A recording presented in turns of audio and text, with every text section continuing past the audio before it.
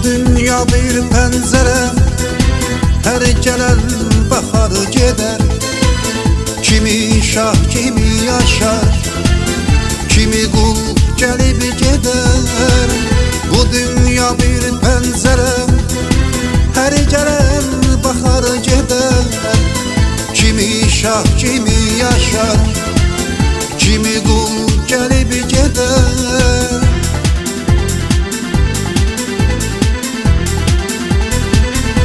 Həyatın qəribə qanunları var.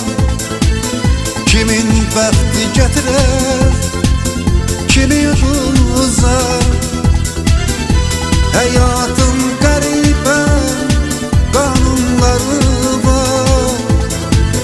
Kimin bəxti gətirər, kimi uzar. Əzizləm bu dünya, kimə qalar bu dünya? Bəxtin varsa bu dünya, yoxsa yerin o dünya. Əzizləm bu dünya, kimə qalar bu dünya? Bəxtin varsa bu dünya, yoxsa yerin o dünya.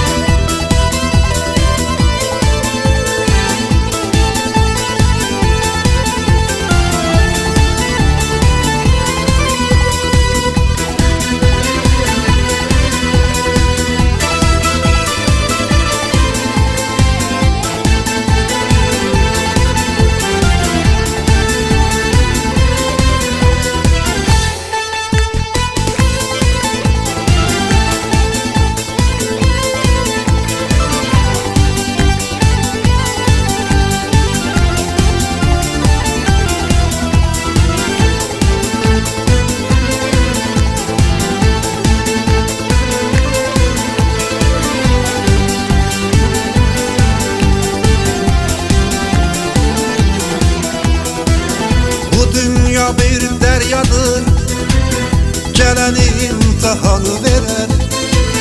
Kimi üzüb sahilə, kimi batar gedər. Bu dünya bir dəryadır, gələn imtihanı verər. Kimi üzüb sahilə, kimi batar gedər.